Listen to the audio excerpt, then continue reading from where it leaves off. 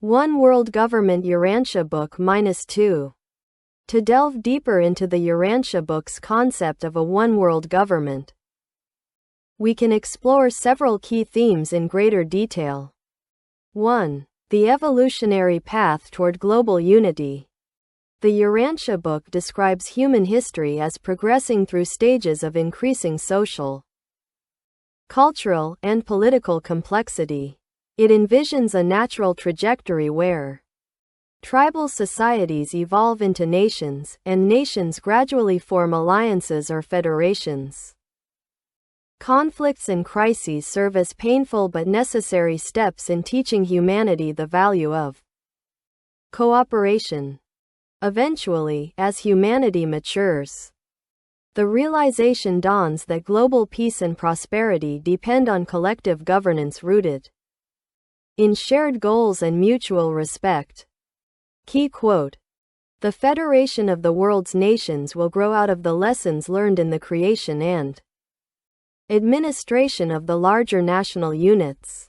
Paper 134. 2. Spiritual unity as the foundation. The Urantia Book emphasizes that true global governance cannot be achieved through force or coercion. Instead, it must arise from a collective spiritual awakening.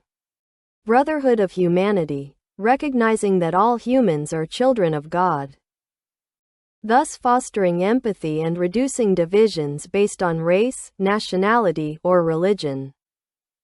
Universal ethics, shared moral and spiritual values act as the bedrock for justice and governance. This spiritual perspective is crucial because it aligns governance with higher ideals rather than mere political or economic expediency. 3. The structure of global government. The envisioned one world government is described as both unified and decentralized. Central coordination. There would be a global governing body responsible for maintaining peace, coordinating efforts on global issues, and ensuring justice. Local autonomy. Nations and regions would retain significant autonomy to preserve cultural diversity and address local needs. Democratic principles. Governance would rely on transparency, participation, and respect for individual freedoms. Key quote: "The great struggle in the evolution of government has been the effort to strike a working balance between the centrifugal and centripetal forces." Paper 71. 4. Avoiding the dangers of authoritarianism. The Urantia Book is cautious about the potential misuse of power in a centralized global system. Voluntary cooperation. A one-world government must emerge from free choice, not imposition. Checks and balances. Institutions must be designed to prevent tyranny and ensure that power serves the collective good. Education and enlightenment. An informed and morally mature population is essential to prevent the corruption of global governance. 5. Practical steps toward unity. The Urantia Book suggests that global unity will likely be achieved through crisis-driven cooperation. Humanity often unites in response to shared challenges, such as environmental crises, pandemics, or conflicts. These experiences can pave the way for long-term collaboration. Economic interdependence.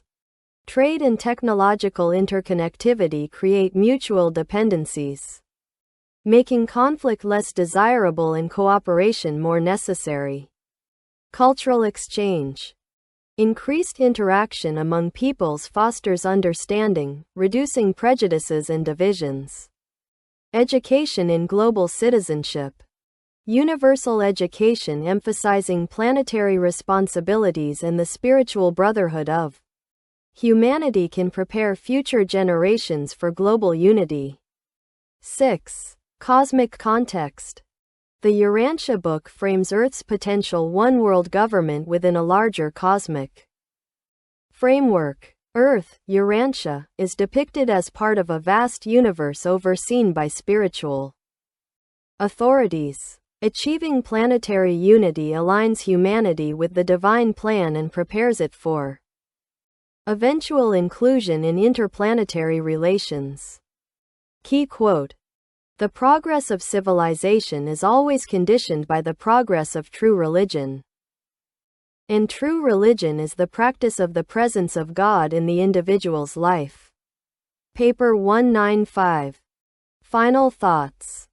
The vision of a one-world government in the Urantia Book is profoundly idealistic, emphasizing spiritual and moral growth as prerequisites for political and social unity. It invites readers to imagine a future where governance transcends narrow self-interest, fostering a harmonious and enlightened global society. Would you like to discuss how this vision compares to current global trends or explore specific aspects in greater detail?